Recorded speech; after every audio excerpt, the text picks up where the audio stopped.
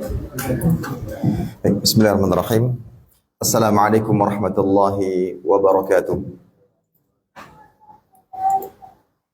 Innal hamdalillah nahmaduhu wa nasta'inuhu wa nastaghfiruhu wa nastahdihi wa natubu ilaihi wa na'udzu billahi min shururi anfusina wa sayyiati a'malina. May yahdihillahu fala mudilla lahu wa may yudlilhu fala hadiya lahu.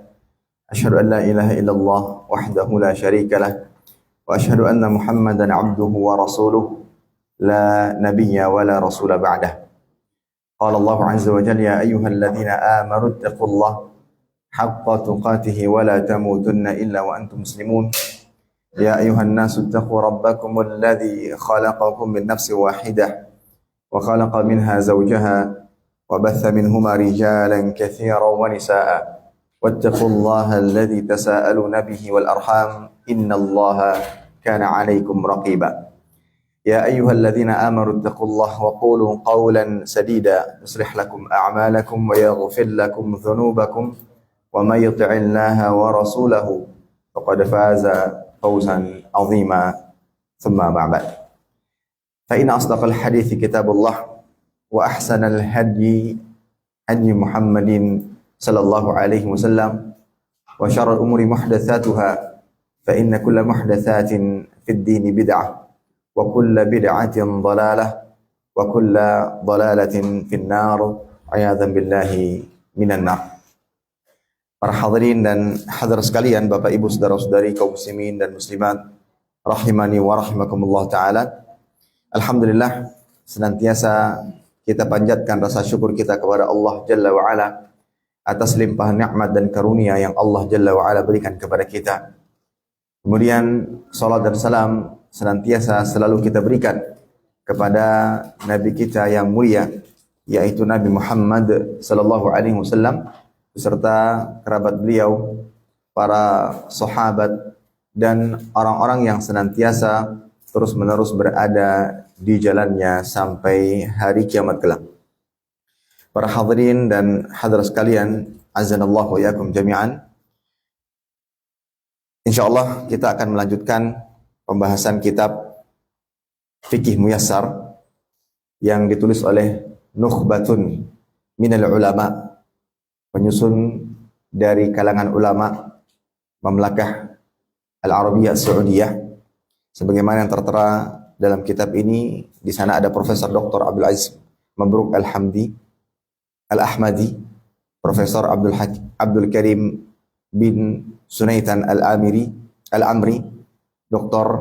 Abdullah bin Fahad Al-Sharif, dan Dr. Faihan bin Salih Al-Mutairi. Tentunya mereka adalah ulama-ulama yang insyaallah ta'ala intisabnya kepada Ahlu Sunnah wal Jamaah, dan mereka menulis kitab ini dengan satu tujuan untuk memudahkan para kaum muslimin di dalam memahami agama ini, khususnya dalam perkara fikih ibadah, yang mana ibadah seorang hamba tidak dikatakan sah dan sempurna kecuali didasari akan ilmu agama. Tapi melanjutkan pembahasan para asatidah sebelumnya, pada pertemuan kali ini ulun mendapatkan giliran untuk membahas tentang adab buang hajatnya, yaitu pada poin yang kedua atau bagian yang kedua, menghadap dan membelakangi kiblat saat buang hajat. Baik, di halaman 14. Para hadirin sekalian azanallahu jami'an, sedikit mengulang bahwa pembicaraan tentang adab buang hajat ini merupakan bukti kesempurnaan Islam. Sebagaimana pernah suatu ketika Salman radhiyallahu anhu ditanya oleh salah seorang musyrik, "Qad 'allamakum nabiyyukum kulla syai'in hatta al-qira'ah." Sungguh Nabi kalian telah mengajarkan kalian segala sesuatu sampai diajarkan buang hajat, adab dalam buang hajat. Maka Nabi mengatakan iya. Maka ini menunjukkan dan sebagai bukti bahwa Islam adalah agama yang menyeluruh. Tidak ada aspek kehidupan melainkan akan disampaikan dan diajarkan oleh Nabi sallallahu alaihi wasallam. Bahkan dalam sebuah hadis Abu Dzar radhiyallahu anhu mengatakan bahwa kana Rasulullah sallallahu alaihi wasallam wa ma ta'irun yuqallibu janahaihi fil hawa illa wa huwa yadhkuruna minhu ilman. Kata Abu Dzar radhiyallahu an, Rasulullah sallallahu alaihi wasallam telah pergi meninggalkan kita dan tidaklah seekor burung yang terbang membolak-balikkan kedua sayapnya kecuali telah diterangkan oleh Nabi Shallallahu Alaihi Wasallam kepada kita semua. Dan beliau mengatakan bahwa Rasulullah SAW sabda, "Ma baqiya syai'un yuqarribu minal jannah wa yuba'idu minan nar illa wa qad buyyina lakum." Tidak ada sesuatu yang dapat mendekatkan diri kita kepada Allah Azza wa Jalla, kepada surganya, dan juga menjauhkan kita dari siksa api neraka kecuali telah dijelaskan. Nah, salah satu buktinya adalah pembicaraan tentang adab-adab buang hajat. Sebegitu detailnya, sebegitu meluasnya aturan-aturan Islam dalam mengatur umatnya agar menjadi hamba yang baik. Baik. Dan berbicara tentang buangan hajat, ada beberapa adab yang harus diperhatikan. Nah, salah satunya yang akan kita bahas pada kesempatan kali ini terkait arah dalam menghadap saat sedang buang hajat. Tapi sebelum kita membaca, kita perlu mengetahui bahwa dalil-dalil yang membicarakan tentang adab saat buang hajat, kemana harus menghadap, itu terbagi menjadi dua. Ada dalil-dalil yang melarang untuk menghadap ke arah kiblat, ada dalil-dalil yang memperbolehkan untuk menghadap ke arah kiblat. Jadi ada dua pengelompokan dalil. Ada dalil yang melarang secara mutlak dan ada dalil yang membolehkannya. Kita akan baca terlebih dahulu ya, dalil-dalil yang melarang. Dalil-dalil yang melarang menghadap ke arah kiblat pada saat buang hajat. Yang pertama dari sahabat yang mulia Abu Ayyub Al-Ansari radhiyallahu anhu, Nabi sallallahu alaihi wasallam bersabda, "Idza ataitum al-ghaid fala tastaqbilul qiblah wa la tastadbiruha, walakin syarriqu aw gharribu." Qala Abu Ayyub, "Faqadimna asy-Syam fawajadna marahid bunyat qibla al-qiblah falanharif wa nastaghfirullah ta'ala." Kalau kalian berada di tempat buang air, maka janganlah menghadap kiblat dan jangan pula membelakangi kiblat. Namun menghadaplah ke arah timur atau ke barat. Kemudian Ayyub berkata, "Dahulu ketika kami sampai ke negeri Syam, kami mendapati tempat buang air dibangun menghadap ke arah kiblat. Maka kami pun mengubahnya dan kami pun meminta ampunan kepada Allah Azza wa Jalla." Maka secara tekstual hadis ini menunjukkan bahwa buang hajat dengan menghadap ke arah kiblat sesuatu yang dilarang. Begitu pula dalam riwayat Imam Muslim, Nabi bersabda, "Fala tastaqbilul qiblah wa la tastadbiruha bi baulin wala gha'itin." Maka janganlah menghadap kiblat dan jangan membelakangi kiblat ketika buang air kecil ataupun buang air besar. Dan terdapat hadis yang lain, ini merupakan lanjutan dari hadis Salman Al-Farisi ketika ditanya oleh salah seorang musyrik bahwa Islam mengajarkan segala sesuatu sampai perkara adab buang hajat. Maka beliau mengatakan, ajal dia. Nabi SAW mengajarkan kita sampai kepada perkara adab buang hajat. Laqad nahana an nastaqbilal qiblah li gha'idin aw bawlin wa an nastanjiya bil yamin aw an nastanjiya bi aqal min thalathati ahjar aw an nastanjiya bi raji'in aw bi 'azmin. Kata Salman, iya benar bahwa Rasul SAW telah mengajarkan segala sesuatu sampai kepada perkara adab buang hajat. Dan beliau melarang kita untuk menghadap ke arah kiblat, baik untuk buang air besar atau buang air kecil. Dan melarang kita untuk beristinja dengan tangan kanan. Melarang kita untuk beristinja kurang dari 3 batu. Jika sekiranya tidak ada air, maka paling minimal 3 kali atau 3 kali istijmar atau bersuci selain dengan air, ya, selain dengan air baik seperti dengan batu atau yang semisalnya yang diperbolehkan. Au an-nastanjiya bi raji' au bi 'azmin, dan kita dilarang untuk beristinja dengan kotoran ataupun dengan tulang belulang. Maka dalam hadis ini juga menunjukkan bahwa menghadap ke arah kiblat pada saat buang hajat sesuatu yang dilarang di dalam agama. Nah, inilah hadis-hadis yang menunjukkan larangan buang hajat menghadap ke arah kiblat. Adapun dalil yang membolehkan, ya, sebagaimana terdapat dalam hadis Abdullah bin Umar radhiyallahu ta'ala anhuma, ia berkata, "Irtaqaitu fawqa dhahri baiti Hafsah li ba'dhi hajati. Fara'aitu Rasulullah sallallahu alaihi wasallam yaqdi hajatahu mustadbiral qiblah mustaqbil asy-Syam." Aku pernah naik ke atas rumah Hafsah untuk suatu keperluan, ada satu hajat dan keperluan. Tanpa sengaja, aku melihat Rasul Shallallahu Alaihi Wasallam sedang buang hajat, membelakangi kiblat dan menghadap ke arah Syam. Jadi menghadap dan membelakangi kiblat. Ya. Sehingga secara tekstual hadis ini dapat dipahami bahwa menghadap kiblat pada saat buang hajat sesuatu yang diperbolehkan.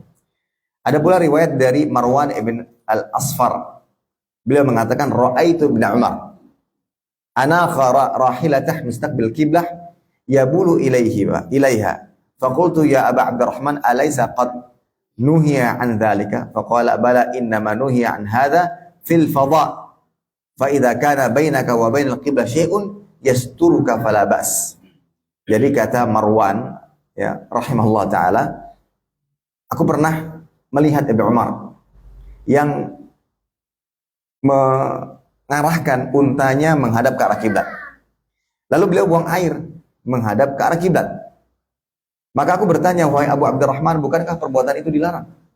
Maka Ibnu Umar mengatakan, memang benar itu dilarang. Namun yang dilarang adalah ketika buang air di tempat terbuka. Adapun jika antara engkau dan kiblat ada sesuatu yang menutupi, maka tidaklah mengapa. Ya. Kemudian ada lagi dalil dari Jabir bin Abdullah radhiyallahu taala anhu. Beliau berkata, nah Nabi sallallahu alaihi wasallam an nastaqbilal qiblah bi baulin fara'aitu qabla an yuqbad bi amin yastaqbiluha. Kata Jabir bin Abdullah, Nabi sallallahu alaihi wasallam melarang kita untuk menghadap kiblat pada saat buang hajat. Akan tapi aku pernah melihat beliau sallallahu alaihi wasallam 1 tahun sebelum meninggal dunia, beliau buang hajat menghadap ke arah kiblat. Nah, inilah dalil-dalil yang menjelaskan tentang larangan dan kebolehan buang hajat menghadap ke arah kiblat. Lantas bagaimana mengkompromikan dalil-dalil tersebut?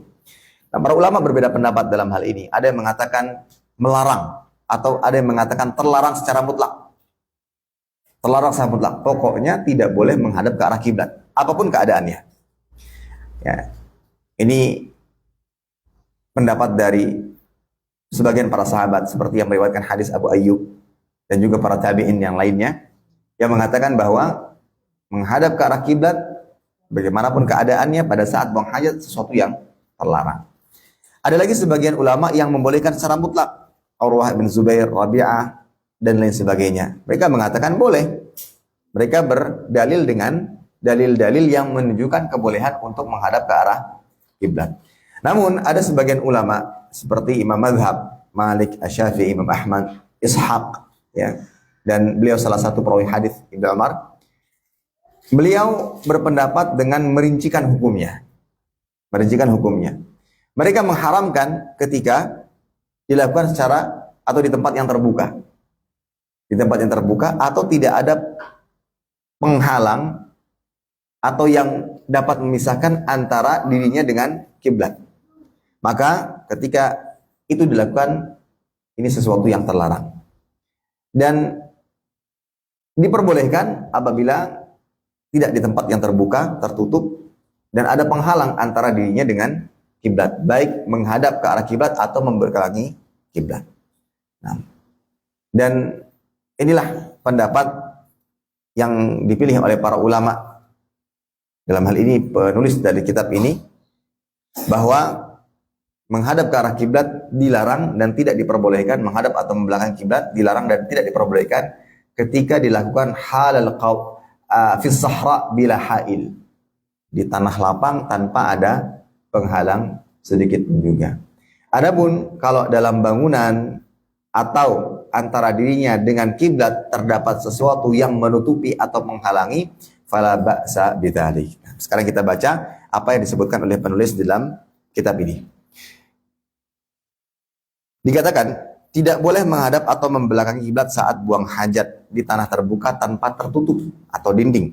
Berdasarkan hadis Abu Ayyub Al-Ansari, Rasulullah SAW sabda, "Idza ataitumul gha'id fala tastaqbilul qiblah wa la tastadbiruha, walakin syarriqu aw gharribu." Apabila kalian datang ke tempat buang hajat, janganlah kalian menghadap kiblat dan jangan pula membelakanginya. Akan tetapi menghadaplah ke timur atau ke barat. Abu Ayyub berkata, kami datang ke Syam lalu kami melihat bahwa banyak WC dibangun menghadap ke kiblat. Maka kami berpaling dari arah kiblat menghadap ke arah lain dan memohon ampun kepada Allah Azza wa Jalla. Adapun bila buang hajat dilakukan di dalam bangunan atau antara pelakunya dengan kiblat terdapat sesuatu yang menutupinya, maka hal itu tidak mengapa. Berdasarkan hadis dari Ibnu Umar radhiyallahu taala anhu, annahu ra'a Rasulullah sallallahu alaihi wasallam yabulu fi baitihi mustaqbil asy-Syam mustadbiral qiblah, bahwa dia melihat Rasul sallallahu alaihi wasallam buang air kecil di rumahnya menghadap ke Syam dan membelakangi Ka'bah. Ya. Dan juga berdasarkan hadis dari Marwan al-Asfar sebagaimana sudah kita bacakan sebelumnya, bahwa Ibnu Umar menghadapkan atau menambatkan kendaraannya, untanya menghadap kiblat, kemudian dia duduk kencing menghadap ke arahnya. Lalu ketika ditanya bukankah ini terlarang, maka beliau menjelaskan, dan ini salah satu dalil yang jelas dan tegas yang menunjukkan bahwa tidak difahami larangan dan kebolehan secara mutlak. Akan tapi sebagaimana terangkan Ibnu Umar, larangan itu berlaku pada saat dilakukan di tanah lapang.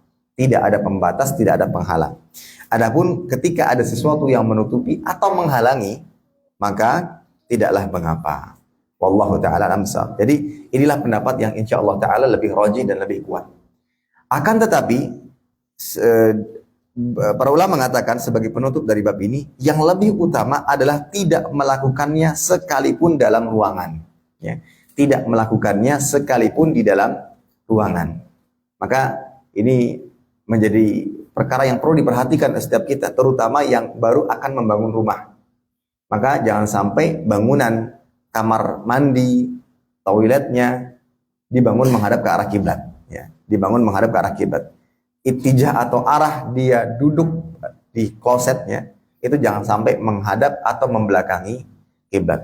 Akan tapi syarriqu aw gharibu, hadapkanlah ke arah timur ataupun ke arah barat. Ini yang lebih utama.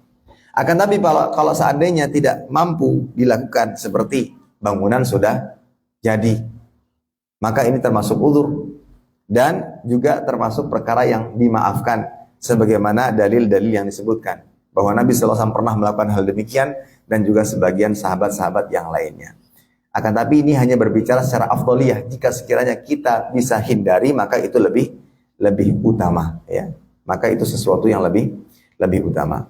Syekh Muhammad bin Shalih Al-Utsaimin rahimahullah mengatakan, wal qaulur rajih indi fi hadhil mas'alah annahu yuhramul istiqbal wal istidbar fil fadha wa yajuzu istidbar fil bunyan duna al istiqbal li'anna an-nahya 'an istiqbal mahfuzun laysa fihi takhsis wan nahyu 'an istidbar makhsusun bil fi'l wa aidan al istidbar ahwan min istiqbal wa lihadza wallahu a'lam ja'a at-takhfif fihi fima idza kana al insan fil bunyan wal afdal alla yastadbiruha in amkan. Ada penjelasan dari Syekh Utsaimin rahimahullah taala. Beliau mengatakan pendapat yang rajih menurut saya, kata beliau, dalam masalah ini diharamkan menghadap atau membelakangi kiblat ketika buang hajat di tempat terbuka. Namun boleh membelakanginya jika di dalam bangunan dan tidak boleh menghadap kiblat. Kalau Syekh Utsaimin rahimahullah taala meskipun dalam bangunan, ya meskipun di dalam bangunan yang dibolehkan adalah membelakangi, tapi tetap tidak boleh menghadap ke arah kiblat. Karena larangan untuk menghadap kiblat tetap berlaku dan tidak ada pengecualian. Sedangkan larangan untuk menghadap kiblat telah dikecualikan oleh perbuatan Nabi Shallallahu Alaihi Wasallam. Demikian juga membelakangi kiblat itu lebih ringan daripada menghadap ke arah kiblat. Wallahu taala alam bishawab. Oleh karena itu terdapat dalil yang menyatakan pelonggaran untuk melakukannya jika seorang buang hajat di dalam bangunan, namun yang lebih utama tidak membelakangi dan tidak pula menghadapnya. Wallahu a'lam bishawab.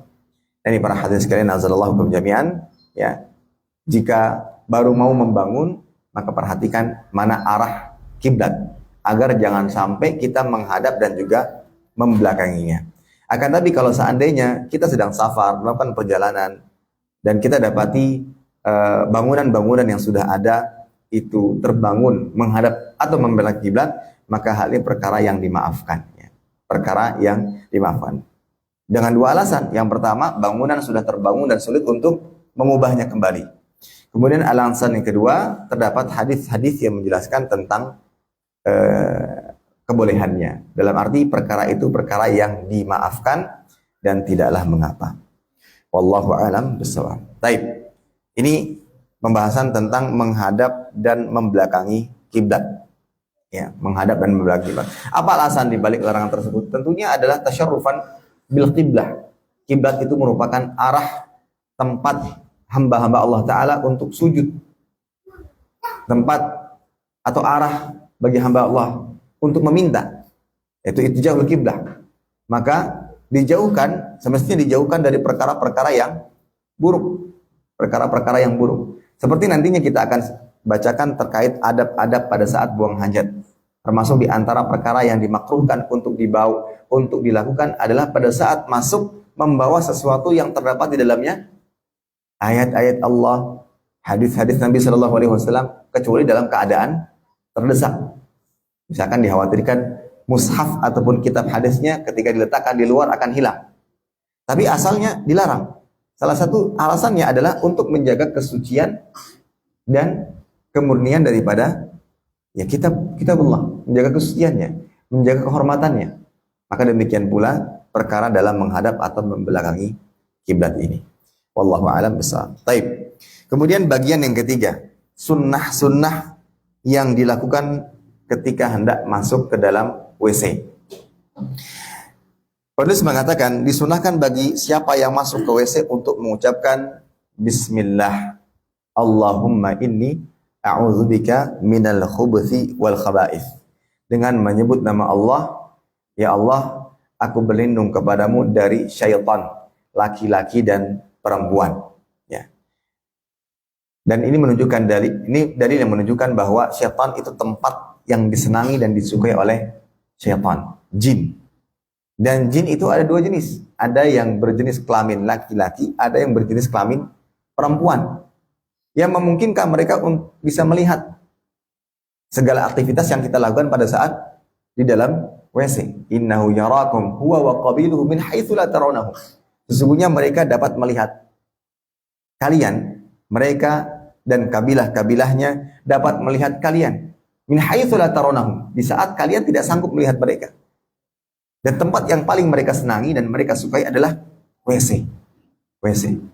Maka ketika seorang ingin masuk WC, berdoalah, meminta perlindungan dari Allah Azza wa Jalla.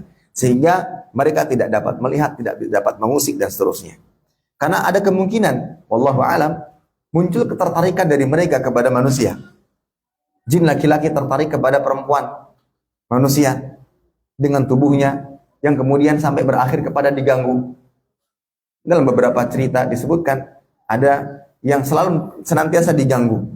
Senantiasa diganggu. Seakan-akan, mohon maaf, dia seperti bersenggama di malam harinya dengan sesuatu. Di pagi hari ternyata dalam keadaan junub. Baik itu terjadi baik kepada laki-laki ataupun perempuan. Ya, perempuan.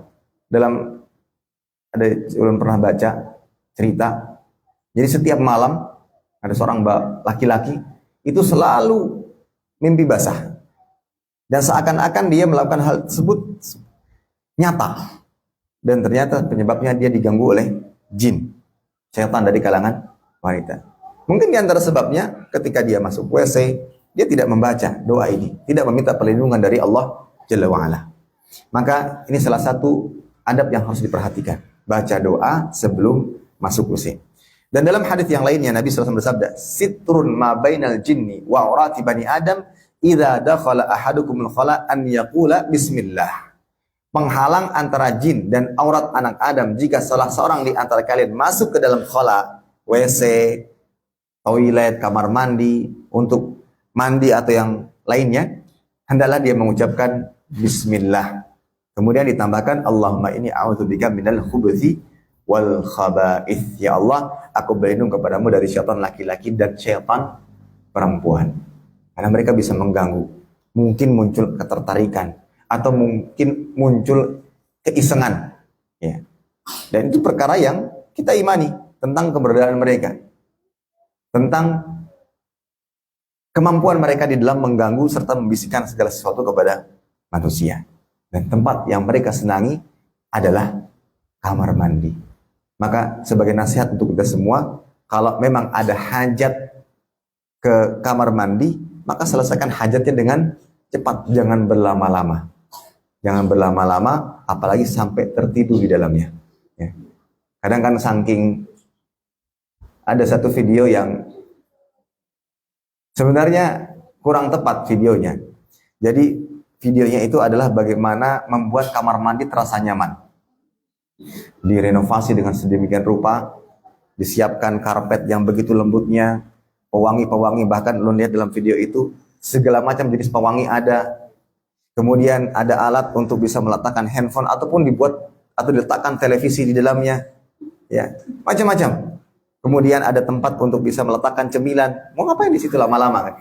Padahal itu tempat yang disenangi oleh jin. Lebih baik masuk, selesaikan hajat kita, kemudian kita keluar. Wallahu a'lam. Taib. Kemudian yang disunahkan yang lainnya adalah ketika selesai dan akan keluar, yaitu mengucapkan ghufranaka. Ya, ghufranaka. Aku mohon ampunan kepadamu. Hal ini berdasarkan hadis dari Aisyah radhiyallahu taala anha, kana Nabi sallallahu alaihi wasallam idza dakhala atau idza kharaja minal khala qala ghufranak. Ya.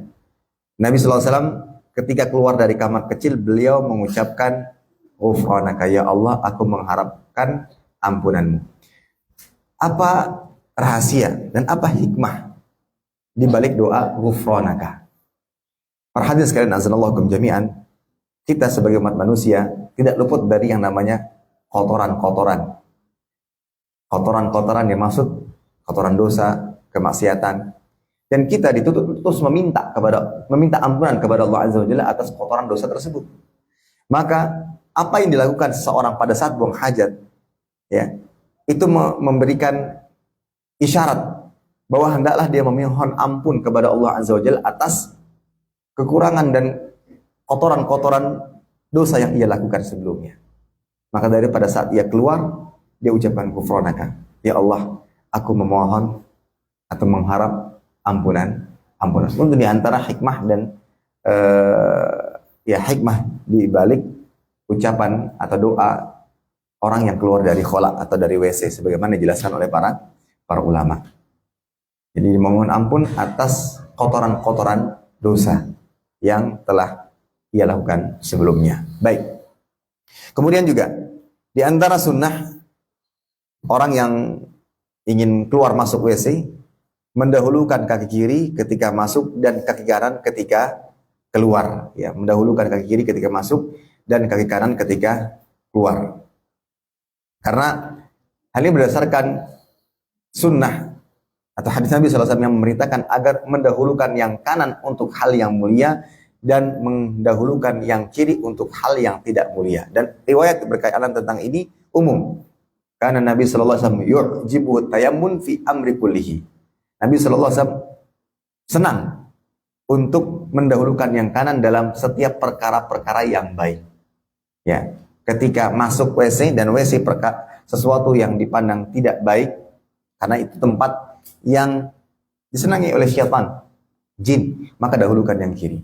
Pada saat keluar, ya, setelah selesai dari hajatnya, selesai dari apa yang diperlukan olehnya di kamar mandi, maka dia dahulukan yang kanan. Jadi riwayat yang membicarakan tentang hal ini umum, global, bahwa perkara yang baik dahulukan yang kanan, untuk perkara yang buruk maka dahulukan yang kiri.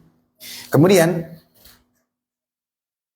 termasuk juga di antara sunnah hendaknya tidak membuka aurat sehingga dekat dengan lantai atau sebelum duduk. Dan hal ini berdasarkan riwayat dari Ibnu Umar radhiyallahu taala anhuma. Ya. Anna Nabi sallallahu alaihi wasallam kana idza arada al-hajah la yarfa'u thawbahu hatta yadnuwa min al-ard. Jika Nabi sallallahu alaihi wasallam hendak buang hajat, beliau tidak mengangkat pakaiannya kecuali setelah dekat dengan tanah. Jadi tidak membukanya dari atas, tapi ketika hendak dekat dengan tanah barulah beliau sallallahu alaihi wasallam membukanya. Jadi termasuk di antara sunnah atau adab pada saat buang hajat. Kemudian termasuk juga di antara sunnah adalah bila buang hajat dilakukan di tempat terbuka, maka dianjurkan untuk menjauh dan menutupi diri hingga tidak terlihat, ya, hingga tidak terlihat. Dan hal ini berdasarkan hadis dari Jabir radhiyallahu taala anhu, beliau mengatakan, kharajna ma'a Rasulillah sallallahu alaihi wasallam fi safar.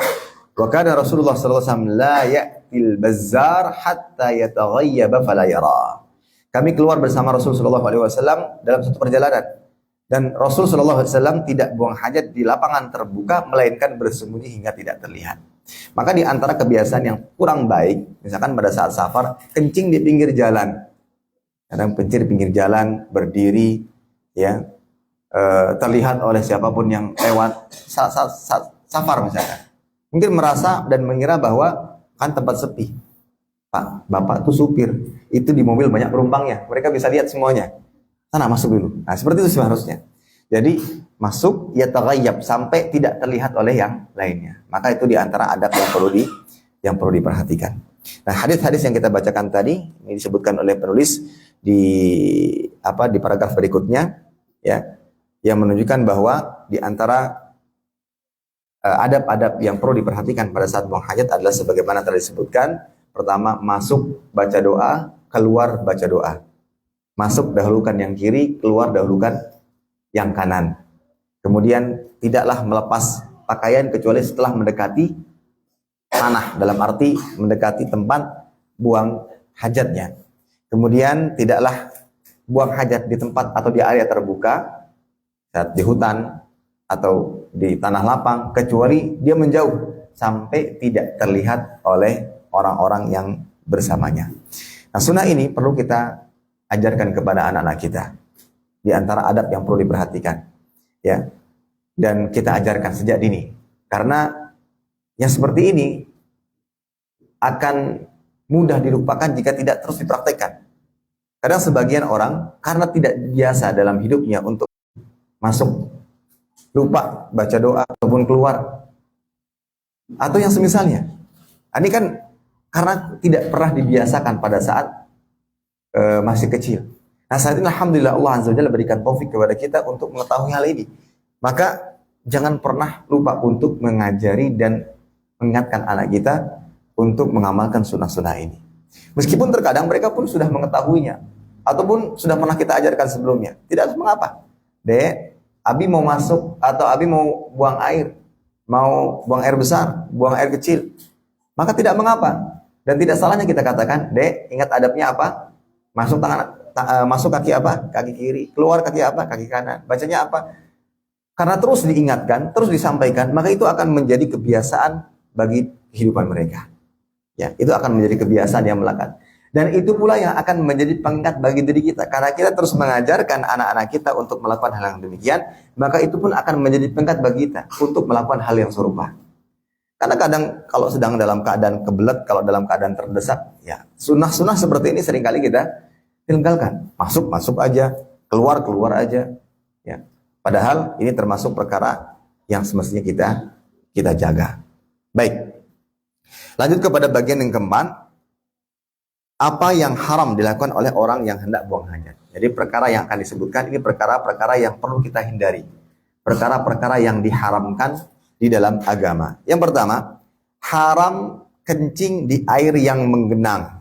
Ya, haram kencing di air yang menggenang. Berdasarkan hadis Jabir radhiyallahu taala anhu dari Nabi sallallahu alaihi wasallam, annahu naha 'anil baul fil ma'ir raqid. Bahwa beliau sallallahu alaihi wasallam melarang kencing di air yang menggenang, ya. Melarang kencing di air yang menggenang. Karena tentunya air yang menggenang, wallahu a'lam, mungkin akan dimanfaatkan, diambil manfaat baik untuk sesuatu, ya seperti mencuci atau yang semisalnya. Maka ketika air kencing atau ketika kencing di air menggenang, maka itu berpotensi air tersebut menjadi najis. Dan kalaupun tidak dimanfaatkan, itu bisa menjadi penyebab orang lain terkena najis. Misalkan ada genangan air, kencing di situ. Genangan air itu dibiarkan. Ada orang yang lewat, kena percikannya dan seterusnya, maka itu akan menjadi sebab najisnya akan tersebar kemana-mana. Ya, akan tersebar kemana-mana. Maka dari itu jangan kencing di air yang menggenang. Ya, di air yang menggenang. Baik dengan alasan yang pertama, mungkin air yang menggenang akan bisa dimanfaatkan, ya, atau ketika itu dilakukan itu bisa menjadi penyebab airnya menjadi najis dan kemudian ketika ada orang yang melewatinya terkena percikan air menggenang tersebut, maka dirinya ataupun orang lain terkena najis. Taib. Dan pembicaraan tentang perubahan air bersih menjadi air najis sepertinya sudah disampaikan sebelumnya. Ketika air tersebut terkena najis sampai berubah warna, bau dan rasa, maka air itu dikatakan air yang najis. Taib. Kemudian, di antara perkara yang terlarang juga adalah tidak boleh memegang kemaluan dengan tangan kanan saat kencing, ya, dan tidak pula beristinja dengannya. Nabi Shallallahu Alaihi Wasallam bersabda, apabila salah seorang dari kalian kencing, janganlah memegang kemaluannya dengan tangan kanannya, dan jangan pula beristinja dengan tangan kanannya. Tetapi dilakukanlah dengan tangan kiri, ya, dilakukan dengan, kecuali satu keadaan, tidak bisa menggunakan tangan kiri. Maka pada saat itu barulah ia menggunakan tangan kanannya. Namun pada asalnya ia lakukan dengan tangan kirinya. Tidak memegang kemaluan dengan tangan kanan dan tidak pula beristinja dengan tangan kanannya. Tapi itu semua dilakukan dengan tangan kirinya. Nah, ini yang seringkali tidak diperhatikan, khususnya bagi kaum laki-laki.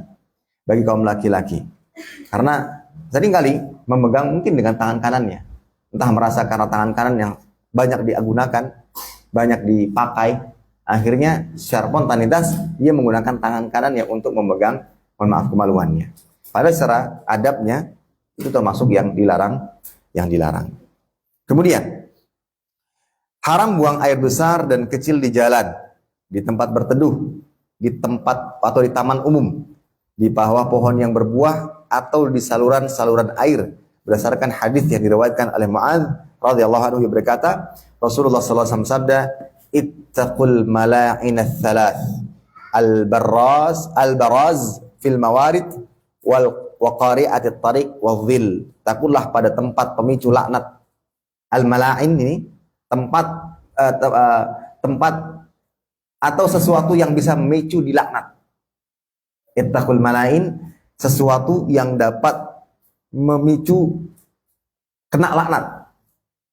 Apa perbuatan-perbuatan yang menjadi pemicu seseorang bisa didapat laknat?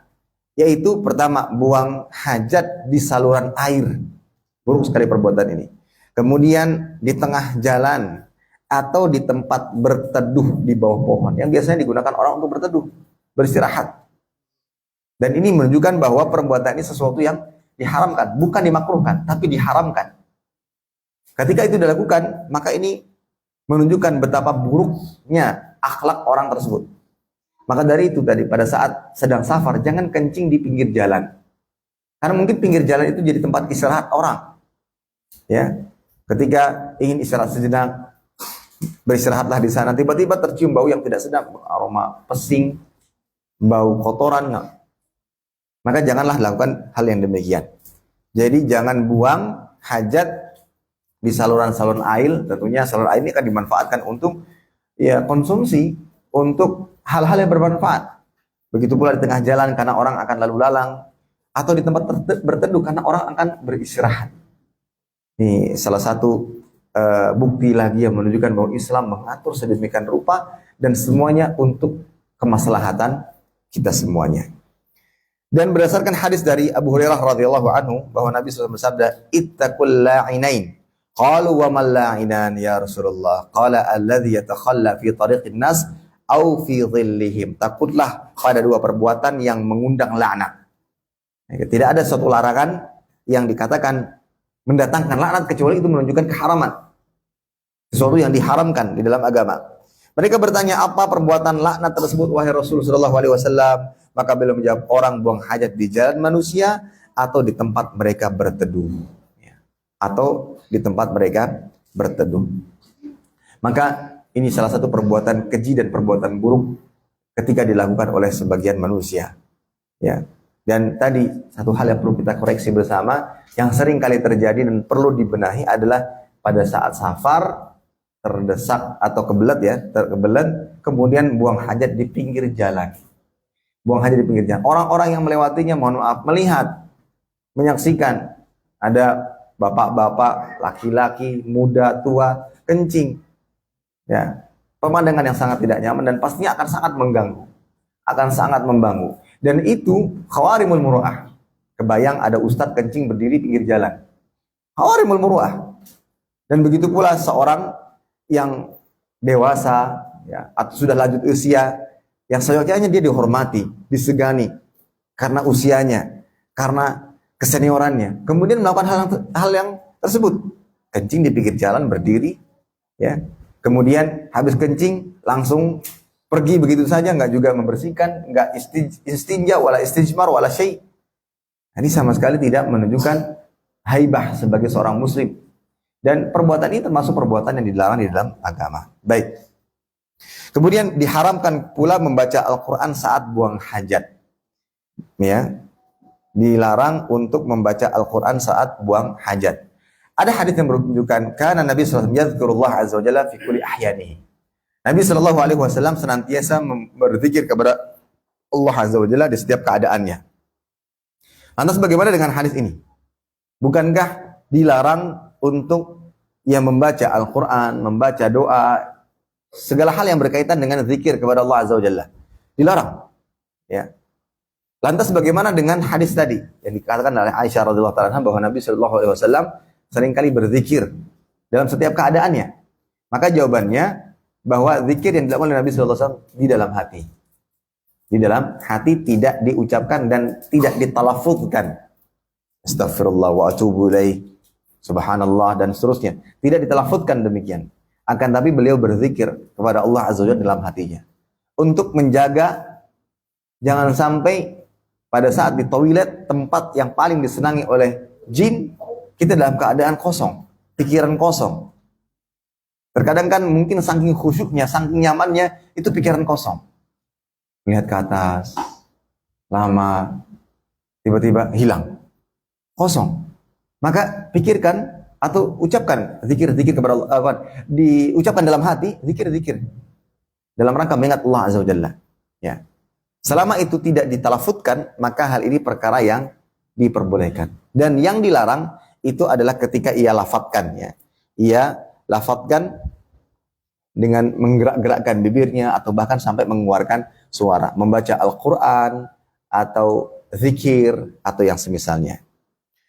Baik, kemudian termasuk juga yang dilarang adalah diharamkan beristijmar dengan kotoran hewan, tulang, atau makanan yang berharga. Berdasarkan hadis Jabir radhiyallahu anhu, ia berkata, nahan Nabi sallallahu alaihi wasallam an yutamassah bi'azmin au biba'rin. Nabi sallallahu alaihi wasallam melarang istijmar dengan tulang atau dengan kotoran hewan. Dalam suatu riwayat disebutkan, kenapa tulang dilarang? Karena itu adalah makanannya jin, ya, makanannya jin. Dan juga dilarang beristijmar dengan kotoran hewan. Kok bisa pakai kotoran, Ustaz? Ya misalkan ada kotoran-kotoran sudah kering. Kan istijmar, sepertinya sudah disampaikan di pertemuan sebelumnya, istijmar itu kan membersihkan kotoran atau mensucikan dari buang hajat tidak menggunakan air, tapi dengan menggunakan benda-benda, ya, benda-benda mati. Ya. Asalnya boleh, asalkan bendanya suci. Ya seperti tisu, ya, tisu toilet yang kadang disalahpahami sebagian, tisu toilet diletakkan di atas meja makan. Kan tisu toilet yang gulung-gulung itu, ada tisu toilet mungkin salah paham, ini diletakkan di atas meja makan. Padahal itu tisu toilet. Itu boleh, ya, itu boleh. Kemudian ya pakai dedaunan pada saat sedang berada di hutan, ya. Mungkin yang punya jiwa petualang, naik gunung atau apa, mungkin dia pernah mengalami hal yang demikian.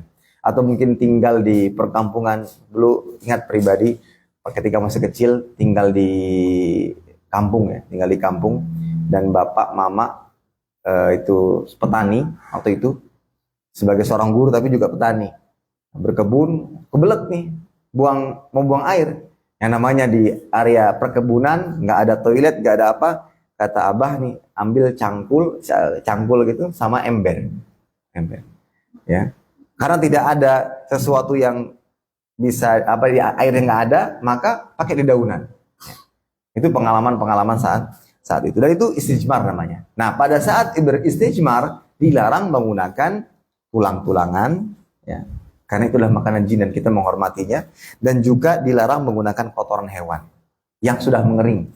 Mungkin ada kotoran-kotoran hewan yang sudah mengering seperti batu, sudah keras, itu juga termasuk dilarang untuk digunakan sebagai media membersihkan. Baik. Kemudian haram buang hajat di pekuburan kaum muslimin. Haram dibuang hajat di pekuburan kaum muslimin. Nabi SAW bersabda, ala li'an amsya ala jamratin aw sayfin aw sifa na'li birijli ahabbu ilayya min an amsya ala qabrin muslim wa ma ubali awsatal qubur qadaitu hajati aw wastas suq.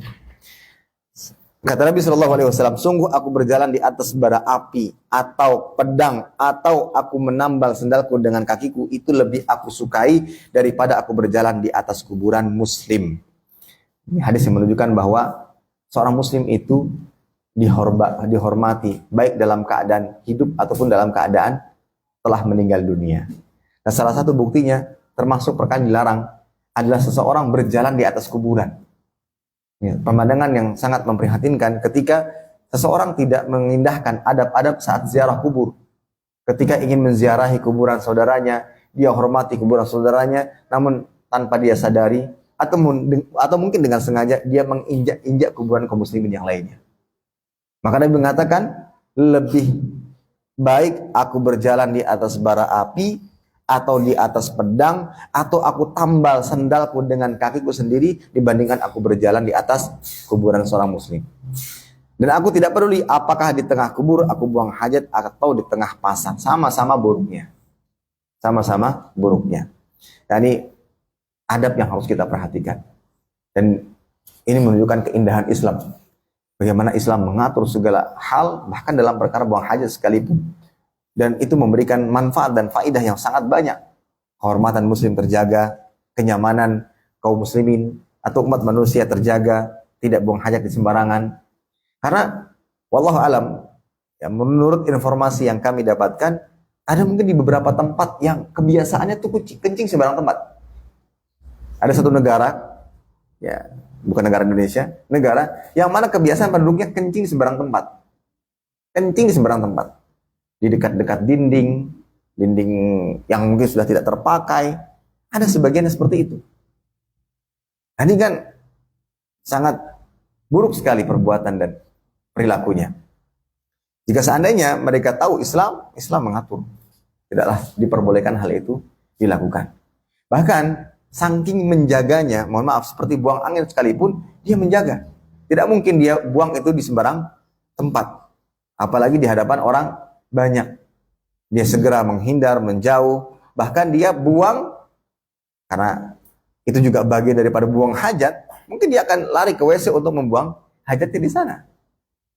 Ya, untuk menjaga kehormatan dan menjaga kenyamanan orang lain. Nah, inilah para hadirin sekalian, azzalallahu jami'an, perkara yang diharamkan. Nah, ketika penulis mengatakan yang diharamkan, yang dimakruhkan, itu adalah pendapat yang dipegang. Meskipun terkadang dia akan temukan ada ini diperselisihkan, haram atau tidak sampai kepada derajat haram, mungkin hanya makruh. Nah, ketika penulis menyebutkan bab-bab seperti ini, disunnahkan, diharamkan, ini adalah pendapat yang dibawa atau yang diambil. Baik, kemudian kita lanjut kepada bagian yang kelima. Ya, apa yang dimakruhkan dilakukan bagi orang buang hajat? Nah, apa yang dimakruhkan dilakukan bagi orang yang buang hajat? Pertama, makruh menghadap arah berhembusnya angin tanpa penutup saat buang hajat. Apa alasannya? Agar kencingnya tidak berbalik mengenai dirinya. Dan dimakruhkan pula berbicara saat buang hajat. Bagaimana Islam ya memikirkan dan bagaimana Islam memiliki syariat yang sangat-sangat sempurna, sangat-sangat menyeluruh. Terfikir nggak oleh sebagian agama lainnya tentang salah satu perkara atau adab di dalam buang hajat itu, yaitu jangan menghadap ke arah berhembusnya angin. Kita buang air kecil misalnya, menghadap ke arah kipas kita hadapkan, otomatis itu akan mengakibatkan air kencing itu berbalik ke arah kita. Sederhana itu tetapi diatur agar menjadi sebuah perhatian. Ya, agar menjadi sebuah perhatian. Dan ketika dilakukan, yang luar biasanya, ketika dilakukan dalam rangka menegakkan syariat Allah Azza wa Jalla, ini bukan hanya sekedar, ya ini bagian daripada hidup. Namanya manusia pasti akan ada buang hajat. Tidak. Ketika kita lakukan dalam rangka menegakkan syariat Allah Azza wa Jalla, ini menjadi pahala. Nah, itulah luar biasanya. Ya. Dan ini tidaklah diraih dan tidak didapatkan kecuali hanya untuk orang-orang yang beriman. Ketika mereka menjalankan adab-adab dalam hidupnya berdasarkan aturan Allah Azza wa Jalla, maka yang didapatkan adalah pahala. Jadi kalau membaca tentang adab-adab buang hajat ini selalu membuat kita terenyuh. Masya Allah. Luar biasanya Islam ini. Luar biasa sekali. Ya. Maka bersyukurlah, berbahagialah dengan kenikmatan yang amat sangat besar ini. Allah menganugerahkan kita hidayah, memberikan nikmat kepada kita, petunjuk, dan agama yang lurus ini. Baik, kemudian dimakruhkan berbicara pada saat buang hajat. Ya. Faqad marra rajulun wa Nabi sallallahu alaihi wasallam yabul fasallama alaihi falam yarud alaihi salam. Sungguh Nabi SAW kencing, seorang laki-laki lewat lalu mengucapkan salam, maka beliau pun tidak menjawab salamnya. Ya, tidak menjawab salamnya. Ustaz, ini kan makruh. Berarti kalau dikerjakan haram apa enggak? Maka jawabannya tidak sampai kepada derajat haram. Tapi ini sesuatu yang dimakruhkan. Akan tapi harus kita luruskan pengertian dan pemahaman kita terhadap makruh, sunnah. Jadi agar tujuannya agar kita tidak meremehkan itu semuanya. Sunnah itu bukan sesuatu yang untuk diremehkan. Ada bukan sesuatu untuk diremehkan. Ketika seorang mulai terbiasa menyepelekan, ini yang perlu kita perhatikan. Ketika seorang mulai terbiasa menyepelekan sesuatu, misalnya mulai dari menyepelekan perkara yang mubah, kan mubah, nggak sampai kepada yang haram. Oh kan ini cuma makruh, tidak sampai kepada haram. Kan ini sunnah, tidak sampai kepada perkara yang wajib. Maka dia akan menjadi seorang hamba yang mudah meremehkan segala sesuatu, bahkan sampai kepada yang wajib ataupun yang haram sekalipun. Maka dari itu ada satu perkataan yang baik sekali untuk kita jadikan pegangan dan prinsip dalam hidup. Setiap hamba yang ingin masuk surga, siapapun yang ingin masuk surga, janganlah menghadapi segala sesuatu selalu dengan pandangan fikih. Maksudnya gimana Ustaz? Nggak boleh menggunakan ilmu fikih Ustaz? Enggak. Maksudnya adalah ketika ingin masuk surga Allah Azza wa Jalla, jangan selalu tabrakan itu semua. Ini kayaknya cuma sunnah deh Ustaz. Karena dia tahu hukumnya. Ini nggak sampai wajib Ustaz, ini sunnah aja. Jadi ilmu fikihnya digunakan untuk mengabaikan syariat tersebut. Makruh. Ya, kebetulan WC bersebelahan, kanan dan kiri. Dan sama-sama kebelet. Sama-sama buang air besar. Dan agar mengisi waktu kosongan, gimana kalau kita diskusi mereka. Gimana bisnis kita kemarin? Waduh, tempat saya sudah seperti diskusi mereka. Ya. Padahal mohon maaf, itu sudah selesai buang hajatnya. Sudah selesai buang hajatnya, tapi nggak dibersihkan. Karena keasikan dalam ngobrol. Ketika ditegur, ini kan nggak sampai haram. Nah, kalau seorang hamba betul-betul punya keinginan yang kuat untuk masuk surga Allah Azza wa Jalla, jangan hadapkan keinginan tersebut dengan pandangan fikih. Katakan, ini kan nggak sampai haram Ustaz, ini kan nggak sampai ini. Tapi tujuannya adalah untuk meremehkan. Itu yang dimaksud. Ya. Jadi mentang-mentang punya ilmunya, mentang-mentang punya sumbernya bahwa ini haram, ini halal, ini wajib, ini sunnah, ini makruh dan segala macam. Tapi tujuannya bukan untuk mengerjakan dan mengamalkannya, tapi untuk meninggalkan. Kan haram, kan makruh, nggak sampai haram. Nah, silakan saja. Kan ini sunnah aja Ustaz. Kan cuma sunnah, nggak sampai wajib. Jadi nggak apa-apa lah. Ini mubah Ustaz, ini mubah. Masa dilarang-larang? Jangan terlalu kaku Ustaz. Kalau dakwahnya dengan kaku keras gitu tuh nggak ini Ustaz, nggak diterima orang Ustaz. Biarlah mereka mau ngapain, kayak penting nggak sampai haram. Nah, kalau seperti prinsip hidupnya, maka antara mimpi masuk surga dengan apa yang dilakukan ini bertolak belakang. Kalau kita lihat bagaimana para sahabat radhiyallahu anhum ajma'in, kesungguhan dan ketulusan mereka atau kebenaran niat mereka untuk masuk surga Allah Azza wa Jalla. Apakah mereka meremehkan? Apakah mereka menyepelekan? Ya, tidak sama sekali. Ya. Bahkan Anas radhiyallahu anhu mengatakan, ya, innakum lata'maluna a'malan hiya adaqqu fi a'yunikum min asy-sya'r wa in kunna na'udduha ala ahdi Nabi sallallahu alaihi wasallam al-mubiqat. Kata beliau, sesungguhnya kalian melakukan suatu amalan dosa, larangan, yang kalian anggap dan pandang amalan tersebut atau dosa tersebut lebih kecil, lebih tipis daripada rambut. Saking kalian remehkan. Tapi jika itu dibandingkan dengan para sahabat, bagaimana mereka memandangnya, mereka melihat bahwa itu adalah sesuatu yang membinasakan. Dan kita lihat sekarang, karena sebagian besar manusia sudah mulai meremehkan dosa, bahkan riba saja menjadi satu hal yang dibanggakan. Lebih buruk daripada itu, ada saat ini membanggakan perzinahannya. Nauzubillah min dzalik. Bahkan ada yang lebih daripada itu, membanggakan kelainan seksualitasnya. Suka sama jenis. Itu zaman sekarang. Dan itu semua berawal dari meremehkan, menyepelekan segala sesuatu. Menyepelekan yang ringan-ringan, yang sampai pada akhirnya perkara yang besar sekalipun tidak lagi ada rasa malu. Akhirnya hampir semua orang akan mujaharah. Mujaharah itu menampakkan dosa dengan begitu bangganya.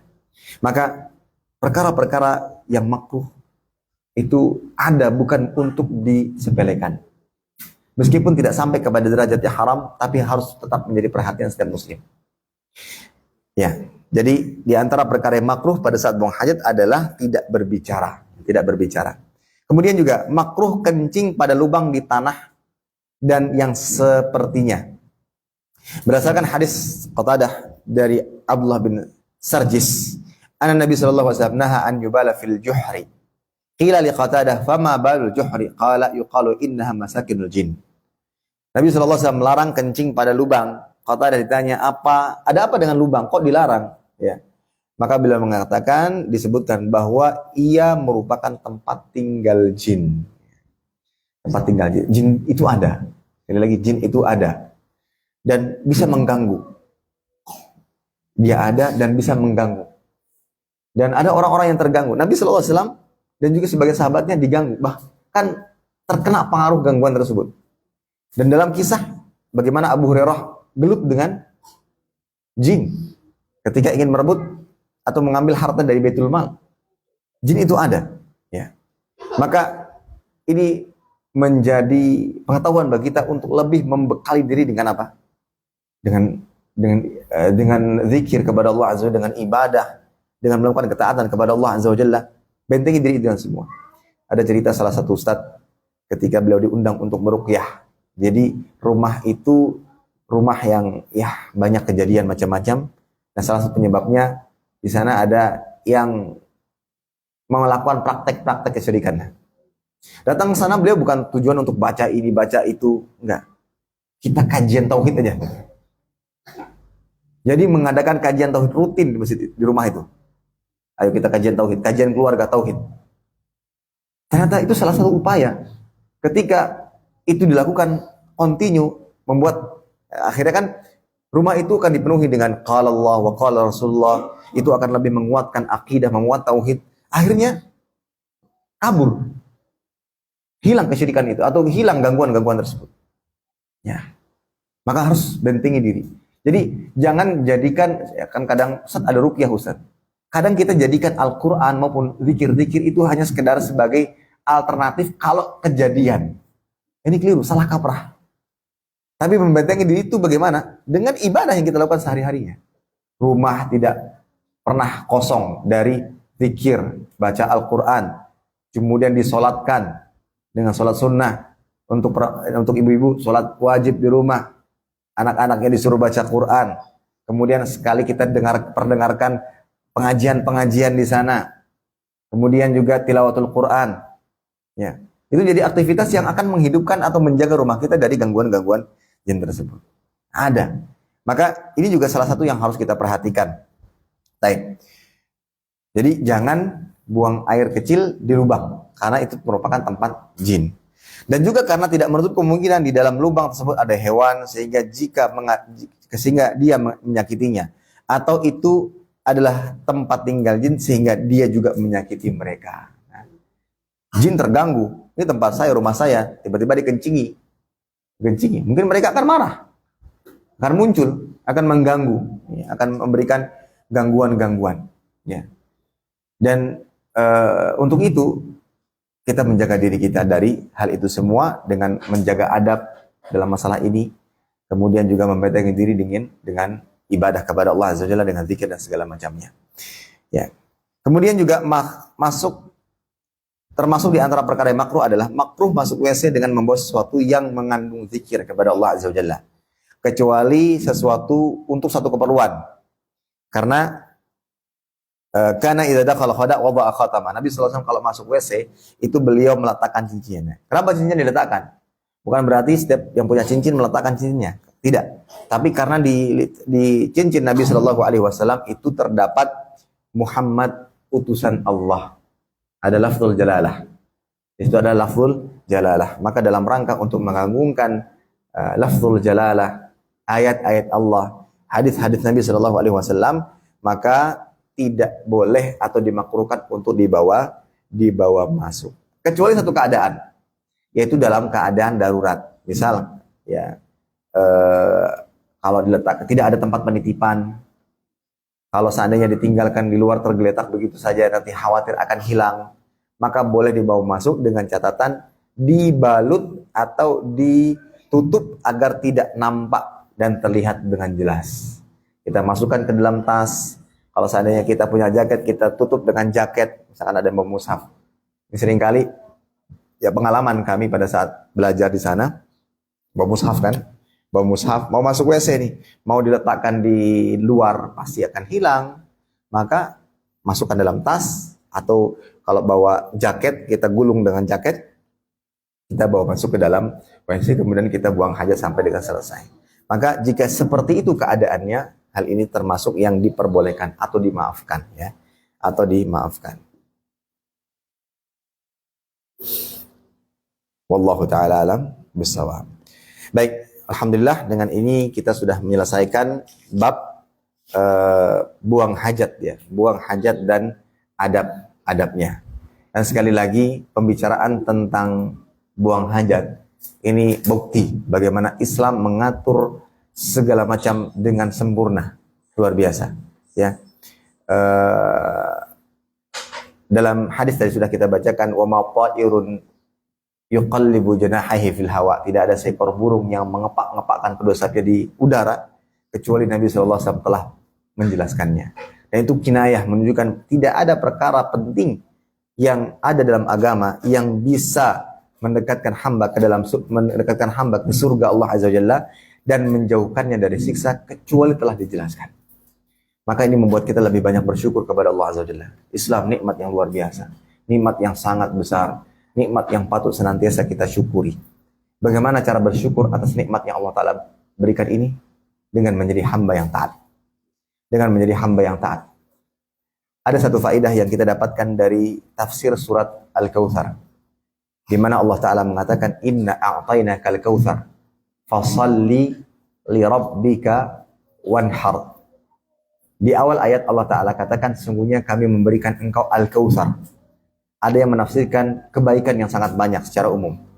Ada pula yang menafsirkan Al-Kautsar adalah satu sungai di surga atau telaga Nabi Sallallahu Alaihi Wasallam. Nah, setelah Nabi SAW diberikan atau diberitakan dengan kabar gembira tersebut, Nabi katakan setelahnya, Allah Ta'ala katakan setelahnya, fasalli li rabbika wanhar. Karena engkau telah mendapatkan nikmat, maka dirikanlah salat dan sembelihlah untuk Allah Azza wa Jalla. Maka di antara faedah yang disebut oleh para ulama bahwa ibadah kepada Allah itu adalah bentuk rasa syukur hamba atas kenikmatan yang Allah Ta'ala berikan kepadanya. Nikmat sudah begitu banyak yang kita dapatkan. Salah satunya nikmat Islam ini. Nikmat Islam ini. Ini pembahasan yang kita baca, ya meskipun membahas tentang, mohon maaf, tentang buang hajat, buang air kecil, buang air besar. Tapi ketika itu kita baca dari aturan-aturan agama Islam, kita dapati Islam begitu luar biasa indahnya, begitu luar biasa luasnya, ya. Dan ini akan mendatangkan berbagai macam kemaslahatan bagi kita. Dan kita banyak bersyukur dengan kenikmatan ini. Dan salah satu bentuk syukurnya adalah bagaimana kita menegakkan agama ini dengan baik. Wallahu ta'ala alam bissawab. Mungkin ini kiranya bisa kita sampaikan. Maka dengan ini nanti Ustadz yang berikutnya akan langsung masuk kepada pembahasan tentang siwak dan sunnah-sunnah fitrah. Ini juga termasuk bukti dan dalil bahwa Islam itu sempurna. Bahkan dalam perkara siwak sekalipun, fitrah, sunnah-sunnah fitrah itu kayak mencukur bulu ketiak, itu pun diatur dalam Islam. Ya, wallahu a'lam bishawab. Mudah-mudahan bermanfaat dan kurang lebihnya mohon maaf. Jika ada pertanyaan maka dipersilahkan. Silakan.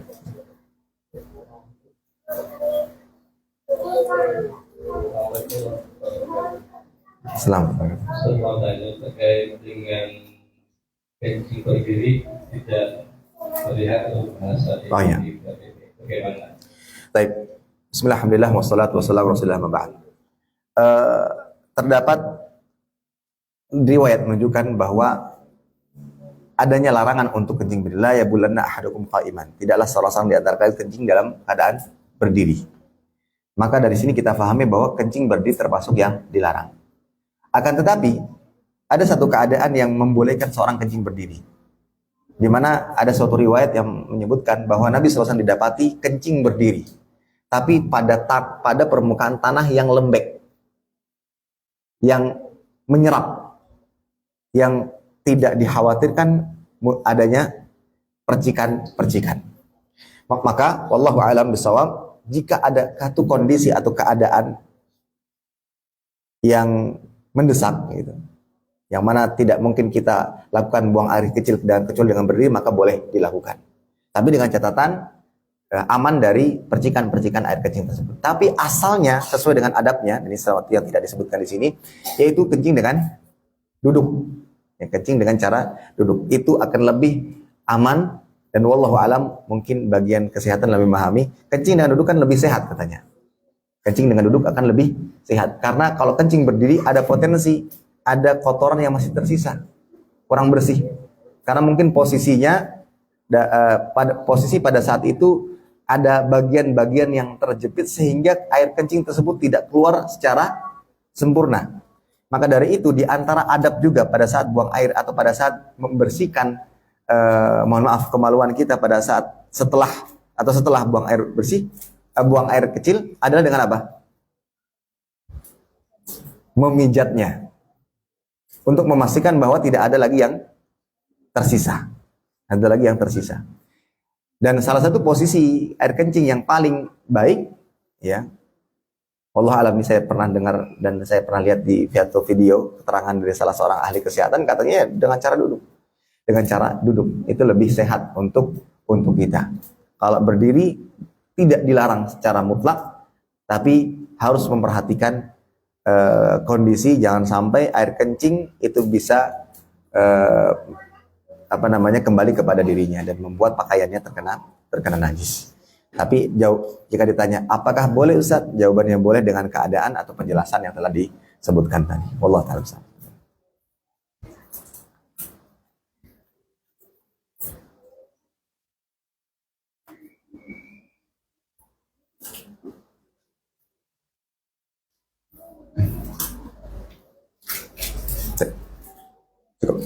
Baik, alhamdulillah kita sudah berada di penghujung kajian pada kesempatan kali ini.